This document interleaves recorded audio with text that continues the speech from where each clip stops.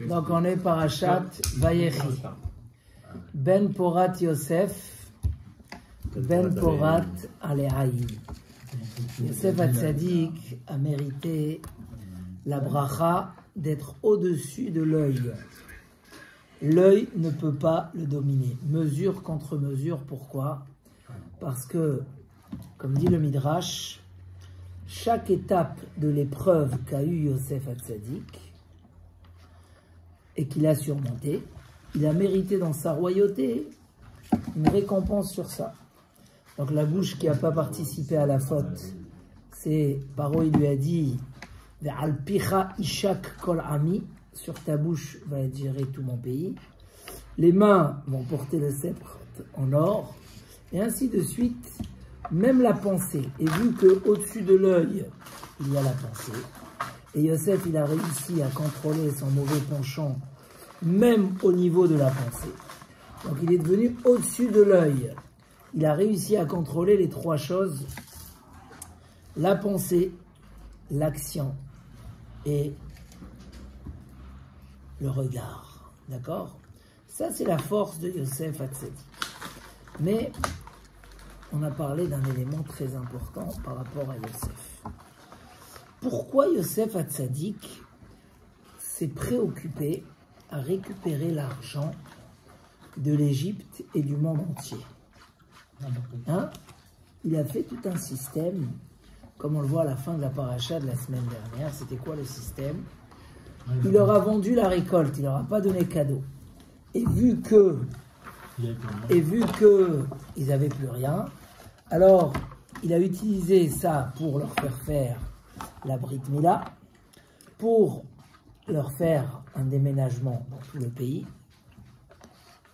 Et après, quand ils lui ont demandé qui voulait semer, il a instauré des lois et il leur a dit comme ça: tous vos terres vont être à Paro, vous devrez amener une part à Paro, 20%, et les 4 parts, ça sera pour vous. Donc il a divisé en 5.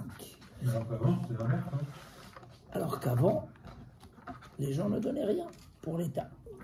Et là, ils vont garder 4 parts pour eux, et une part va aller chez le roi. Et il a instauré aussi que les Kohanim, les prêtres, n'ont pas besoin de vendre leurs terres et n'ont pas besoin d'amener une partie à Paro. Tout ça, la Torah nous raconte et on ne comprend pas c'est quoi l'intérêt de toutes ces histoires et pourquoi Yosef s'est préoccupé de ça.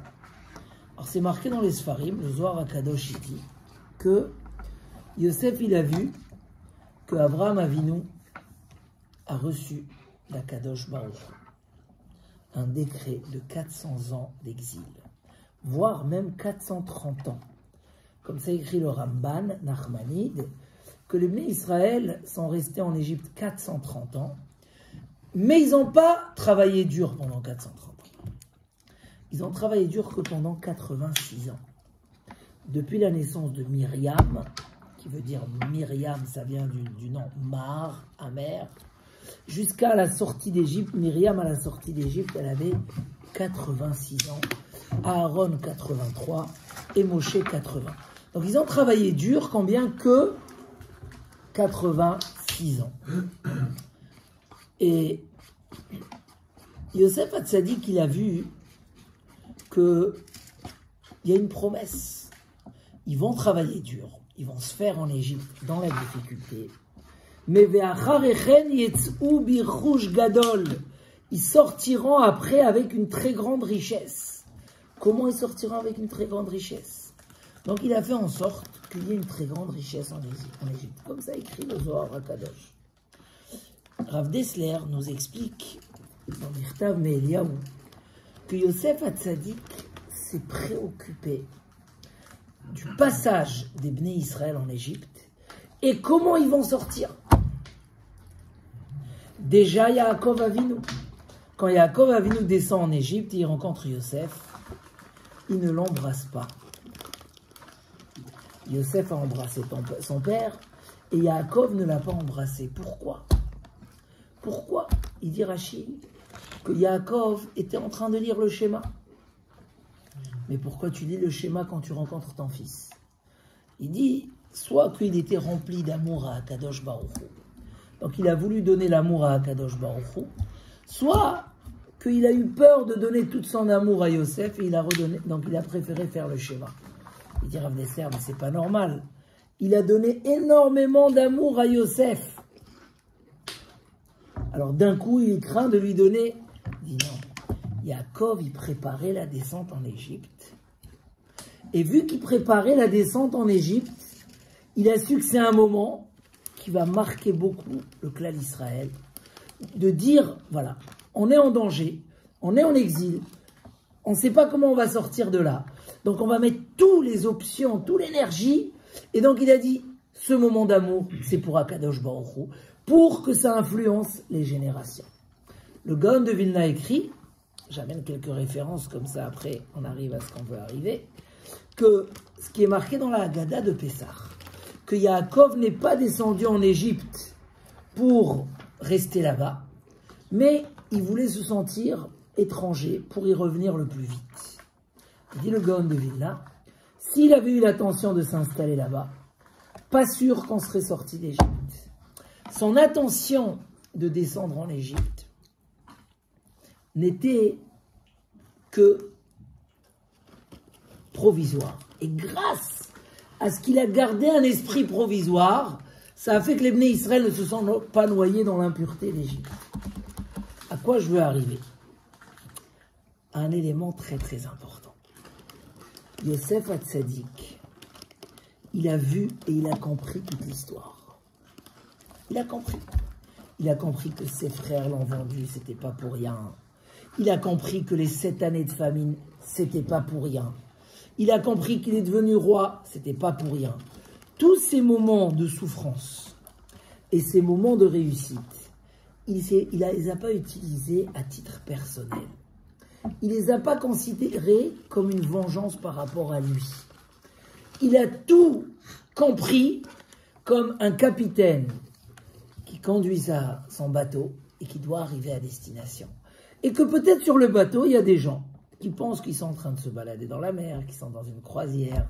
Les autres pensent que, voilà, ils vont faire un petit trajet. Le capitaine, il sait voir les tempêtes, il sait voir les bons moments. Et l'objectif n'est pas de profiter du soleil et n'est pas de pleurer de la pluie. Il est que le bateau arrive à la bonne destination. Les frères n'ont pas vu ça vraiment comme ça. Et là, au moment où les frères se sont rencontrés avec Yosef, ils ont eu très peur qu'il va se venger d'eux. Et Yosef leur a dit tout de suite, qui c'est qui se rappelle du pasouk? Lo atem shelartem oti hena. C'est pas vous qui m'avez envoyé là. Il dit Rav Dessler, mais je comprends pas. Quelques minutes après, il va leur dire, vous m'avez vendu pour que je nourris le monde entier. Pourquoi là il parle d'envoyer? Personne ne l'a envoyé, il a été vendu. Mais Yosef, il dit, moi je vois pas que j'ai été vendu. Moi je vois que j'ai été envoyé. Et là, on arrive à l'attitude différente qu'il y a eu entre les frères et Yosef. Les frères sont en train de voir le scandale, la dispute, un frère qui veut leur prendre leur place, et ils voient les étapes. Et Yosef ne voit pas les étapes. Yosef, il voit qu'au-dessus de ça, il y a tout un projet. Il y a qu'Hachem veut faire descendre Yaakov en Égypte, et à la place qu'il descende avec des menottes, il veut le faire descendre avec un fils roi. Il veut que Yosef, qu'est-ce qu'il fait? Il va, pour pas qu'on se moque de la circoncision de ses frères, ou qu'on leur interdit la circoncision. Il est devenu roi. Il va renverser tout le pays pour que tout le monde soit circoncis et qu'on ne se moque pas de ses frères ou qu'on interdit la circoncision. Pour pas qu'on les appelle des étrangers, il fait déménager tout le pays. Et pour pas que les Bnei Israël aient besoin de passer 430 ans de souffrance, il va mettre des lois en Égypte qu'on doit au roi que un cinquième. Parce que, je vais finir avec ce ridouche, mais venez, on réfléchit comment ça se passe dans la vie. Un homme, il se marie, il a des enfants. C'est dur de les faire grandir. C'est beaucoup d'efforts. Des fois, on ne dort pas la nuit. Des fois, ils sont très agités. Des fois. Et l'homme, il s'arrête sur le présent. Et il dit stop, ça y est, 3, ça me suffit. C'est trop déjà. Ou il dit écoute, j'en ai marre. Ou il arrête d'aller faire cette fille à Betsibourg. Ou pourquoi? Parce que l'homme, il s'arrête sur le détail. Mais l'homme, il ne comprend pas qu'il y a les marionnettes. Mais il y a derrière une main qui gère les marionnettes et qui veut te faire l'histoire. Un homme, Yosef Hatzadi, qui dit « Je suis un envoyé ». Oubliez les détails de l'histoire.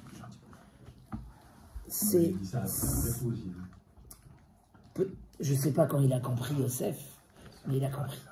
Et il a navigué le bateau dans la bonne direction, vers ses frères, pour la réussite de ses frères, pour enlever la pureté qui va, chasvé shalom, les faire descendre. Dans notre vie, c'est un message énorme. Nous, on a un choix, mais dans le petit détail. Mais le grand patron en haut, il a un projet. Et celui qui comprend le projet, alors il ne voit pas les détails. Il ne voit pas. Quand tu vois, par exemple, des gens qui ont des familles nombreuses, tu te dis, mais comment ils font? Comment ils font? Pourquoi ils ne vont pas dormir pendant 20 ans la nuit? Personne ne dort pas pendant 20 ans. Mais pourquoi tellement? Qu'est-ce qui se passe? Tu vois des gens qui se cassent la tête pour aller à la tfila, pour étudier la demi-journée. Mais pourquoi? Qu'est-ce qu'il est? En fait, la vie, on peut la voir de deux façons. On peut voir la vie au jour le jour. On doit se défendre.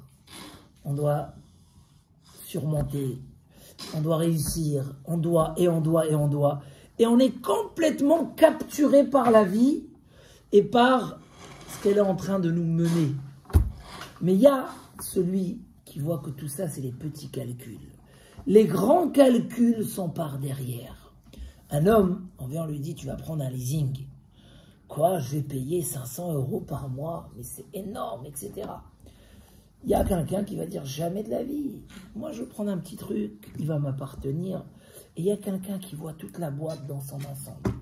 Et il dit par rapport à ce que la boîte elle est, par rapport à ce qu'elle amène, un petit leasing, c'est un petit détail. Il ne faut pas tenir compte, il faut voir vers quoi ça va amener la boîte. Tu payes à ton employé une belle voiture, mais tu n'as rien à faire, c'est ton argent, c'est ta boîte. Oui, mais si cet employé derrière ça, qu'est-ce qui va m'amener? Vers où ça va m'amener? Dans la vie, il y a deux façons de voir les choses. Rabbeinu Yonah, il dit qu'un homme doit toujours avoir une vision vers les longues destinations, vers l'éternité.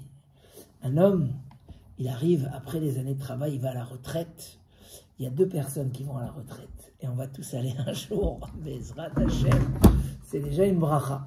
Il y a quelqu'un qui va dire, bon, Baruch Hashem, la charge n'est plus là, j'ai réussi, j'ai fait, maintenant, il y a l'éternité, il y a la vision du Olam Haba. Nous, Chachamim nous disent, Chachamim il dit dans le Midrash, quand un bateau il commence à aller dans la mer, on ne sait pas s'il va arriver à la destination. Il va peut-être couler chasvé shalom en mer. Quand il arrive, tout le monde l'applaudit. Il dit le Midrash, quand un homme il est né, on fait la fête, Brit Mila, mais tu ne sais pas qu'est-ce qu'il va faire dans sa vie cet enfant. Il va réussir ou pas? On ne sait pas. C'est quand qu'il faut vraiment applaudir? C'est quand on verra les résultats. Et en fait, nous aujourd'hui, on est au milieu de la route. Et la question c'est, est-ce que notre vision, il dit Rabbeinu Yonah, un homme il doit avoir toujours la vraie vision. Il y a les détails qu'on doit gérer au jour le jour. Mais qu'est-ce qu'il y a derrière ça? Qu'est-ce qu'il y a derrière ça? Yosef Hatzadik, sa force qu'on voit dans ses parachiotes, c'est qu'il a laissé les détails de côté. Il leur a dit, vous ne m'avez pas vendu. Combien il le répète des fois? Vous n'avez pas compris que Dieu il m'a envoyé, je suis devenu roi. Mais la force, c'est pas rien que la souffrance. Le plus dur, c'est la souffrance. Mais la plus grande fierté, c'est la royauté. C'est que quand il est devenu roi, il aurait pu dire, ah, après tellement d'années de souffrance, ça y est, Baruch Hashem, de quoi il s'est préoccupé? De la Xéra d'Akadosh Baruch Hu. Si je suis arrivé en Égypte pour être roi, c'est pour que, Bezrat Hashem, je prépare l'avenir de mes frères. Et mes frères, ils devront sortir d'Égypte avec une grande richesse. Alors il faut que je réunis la richesse.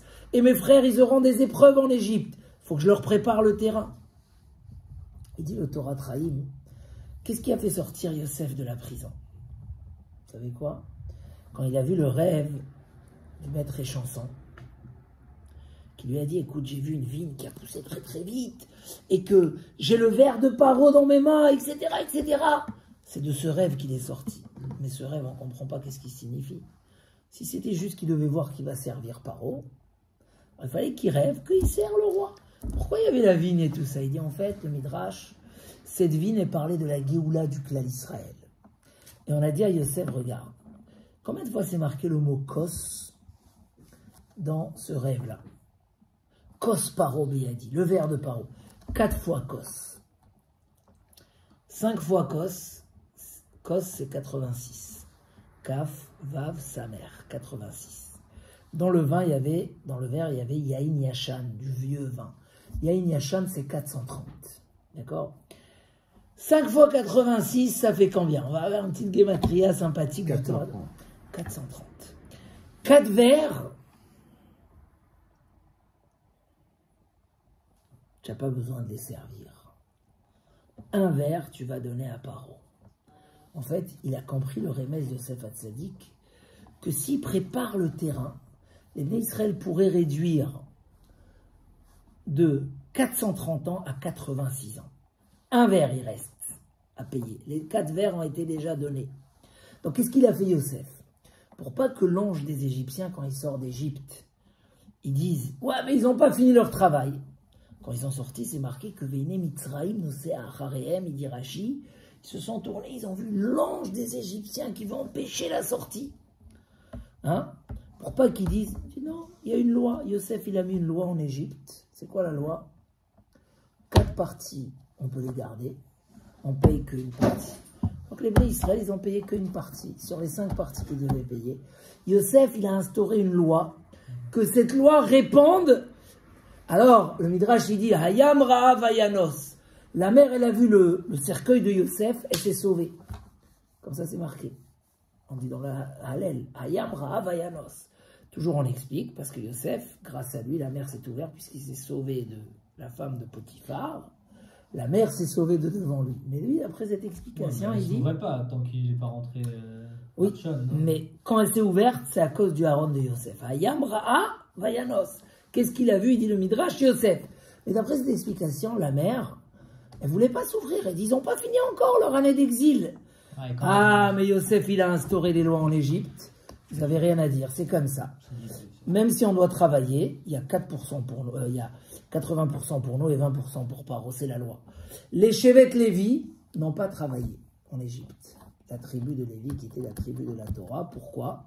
Parce que Yosef, il avait instauré que les terres des prêtres ne vont pas chez Paro. Donc vu que Lévi, c'était les prêtres du clan Israël, les Kohanim, donc ils étaient dispensés de travailler. Bon, c'est un remèze, mais dans tous les cas, la force de Yosef, et ce qu'on doit apprendre de ces parachiotes qui parlent de Yosef, le succès de Yosef, d'être d'un esclave jeté en prison, devenir le roi d'Égypte, le pays le plus puissant au monde. Mais pas un qu'il a dominé en Égypte. Quand il leur a dit faites la Brit Mila, ils sont partis chez Paro, il leur a dit quoi? Paro, il leur a dit écoutez, devant Yosef, je ne peux rien faire. Même s'il vous dit arrachez votre peau et donnez-le aux animaux, vous devez l'écouter. Donc, ils n'ont pas eu le choix. D'après le Maharal, quand eux, ils gardaient leur récolte et pourrissaient. Et pourrissaient. Pourquoi? Il dit parce que vu que Yosef, c'est lui qui dominait, alors lui, il était kadosh. Pour pouvoir recevoir de Yosef, il fallait avoir un minimum de ressemblance. Comme ça écrit le Maharal. Donc il leur a dit, vous voulez que je vous aide? Faites la Brit Mila, soyez comme moi. Donc ils ont fait la circoncision. Avec ça, il a affaibli l'impureté de l'Égypte. Mais ce que je veux dire, que dans la vie, on peut être un homme que juste, il vit sa petite vie et il défend ses problèmes. Ou il fête ses réussites. Et on peut avoir une vie. Et c'est la vie du juif. Quand Rav Shvadron, il a vu un père amener son fils chez le médecin, et il avait ras-le-bol, il en avait marre. Il lui a dit, mais pourquoi? Tu dois dire, je fais une mitzvah de m'occuper de mon fils. Je fais dans ça du chesed, je fais la mitzvah de Piria Verivia, que chaque homme doit amener des enfants. Et Shlomo Amelech, il dit, combien que tu peux avoir plus? Ah mais, ça va réduire les plaisirs de ma vie. Mais c'est quoi ma vie? C'est ça la question. C'est quand je vais en vacances à l'île Maurice, c'est ça ma vie? Ou ma vie, c'est quand je fais grandir des enfants. Je crée mon éternité. Ma vie, c'est quand j'enrichis mes valeurs de Torah et mitzvot. Il y a des gens, quand tu leur parles de tzedaka, comme si tu as envie de leur arracher leur neshama, tu as envie de leur prendre. Il y a des gens, et je vous promets, bon, Rachem, nous on est entouré des gens bien, qu'au contraire, ils sont en train d'accomplir la chance qu'ils ont de pouvoir acquérir les mérites de l'éternité, les mérites de la Torah, de faire. Dans chaque chose dans la vie, tu peux avoir une double vision. Même quand quelqu'un il va au travail. Et surtout quand il ne travaille pas à 50, il va encore une fois, pour ce patron-là et pour sa petite parnassa à la fin du mois. Et il y a celui que non. Quand il va au travail, j'ai un rôle, j'ai signé la ketouba. Tout celui qui honore sa femme, il a la bracha. Vous connaissez cette bracha? Si on honore nos femmes et on les gâte et on leur donne, alors il y a de la bracha, parce que c'est eux qui sont le support de la maison, donc elles ont besoin. Il faut pouvoir leur donner. Pour pouvoir leur donner, on va te donner à toi. Celui qui a un tuyau pour les autres, il faut qu'il puisse encaisser. Donc, quand quelqu'un il va dans cette attitude, c'est plus un ras-le-bol du travail. C'est une simcha, je porte. En plus, des gens qui soutiennent la Torah de leur argent et qui font des mitzvot, des plein de recettes. Donc quand il va travailler, il y a au moins 20% qui, dans son esprit, c'est pour... Alors, pourquoi j'ai ras-le-bol quand je vais travailler? Je vais travailler dans chaque chose dans la vie. La force de Yosef, c'est qu'il a su voir, dans toute l'histoire de ses frères, de sa vente, il a su voir que le projet qu'il y avait par derrière. Et ça, c'est une force, Rabotaï. Ça peut nous encourager, ça peut nous aider à faire. Et c'est dur, mais c'est dur quand c'est dur de faire grandir un enfant, parce que c'est quelques années dures, mais après c'est un bonheur éternel. C'est des années de bonheur. Et c'est lui et ses enfants et ce qui va t'amener par derrière. Si on a cette vision de la vie, vraiment la conscience du Olam Haba, la conscience de l'éternité, même la conscience de notre vie ici, parce que un homme il voit 2-3 ans devant lui, mais ces 2-3 ans ils passent très très vite.